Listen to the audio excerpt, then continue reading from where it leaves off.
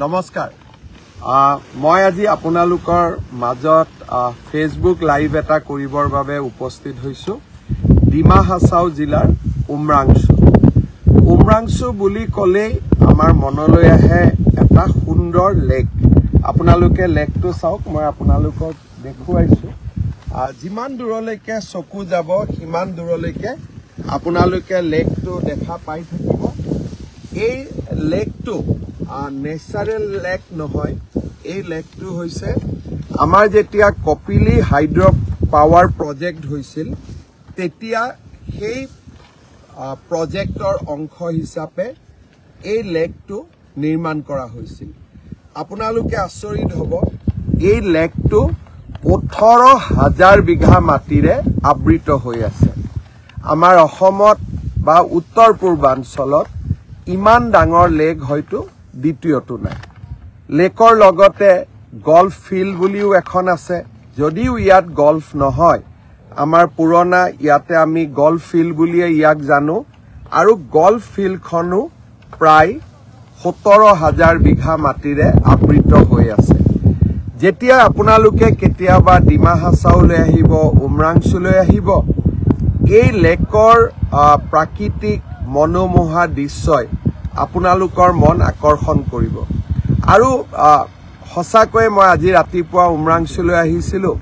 মোৰ যাবৰ কাৰণে মনত ইচ্ছাই হোৱা নাই যে মই ইয়াৰ পৰা ঘূৰি যাওঁ আপোনালোকে দেখিব ইয়াতে ধুনীয়াকৈ কিছুমান ঘৰ বনাই আছে আপোনালোকে লক্ষ্য কৰক গাড়ীখন গৈ আছে কাষত সৰু সৰু জুপুৰি ঘৰ বনাই আছে এখন মঞ্চ তৈয়াৰ হৈ আছে এইবিলাক কৰিছে আমাৰ কাউন্সিলৰ পৰা ফেলকন উৎসৱৰ কাৰণে প্ৰতি বছৰে নৱেম্বৰ ডিসেম্বৰ মাহত আমাৰ ডিমা হাছাও স্বায়ত্তশাসিত পৰিষদে ইয়াতে ফেলকন উৎসৱ পালন কৰে তেওঁলোকে পৰীক্ষা কৰিছিলে যে ফেলকন বিলাক ক'ৰ পৰা আহে আৰু ক'লৈকে যায় তেওঁলোকে জিপিএছ টেগ লগাই দিছিলে চৰাই ফেলকনক আৰু তাৰ পৰা গম পাইছিলে যে এই ফেলকন বিলাক এই লেকলৈকে আহে সাউথ আফ্ৰিকাৰ পৰা আৰু তেওঁলোকে ইয়াত কিছুদিন কটাই পুনৰ সাউথ আফ্ৰিকালৈকে উভতি যায় আৰু এই ফেলকন ইয়াতে আহে শান্তিত বিশ্ৰাম কৰে আৰু সেই কাৰণে আমাৰ ডিমা হাছাও কাউন্সিলে ইয়াত ফেলকন উৎসৱ পালন কৰে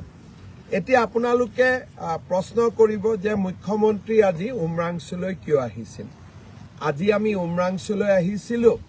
ইয়াত এখন সুন্দৰ ক্ৰিকেট ষ্টেডিয়ামো বনোৱা হৈছে অসম ক্ৰিকেট এছ'চিয়েশ্যনে 11 কোটি টকাৰে এখন সুন্দৰ ক্ৰিকেট ষ্টেডিয়াম নিৰ্মাণ কৰি তুলিছে আজি আমি সকলোৱে এই ক্ৰিকেট ষ্টেডিয়ামখন উদ্বোধন কৰিলো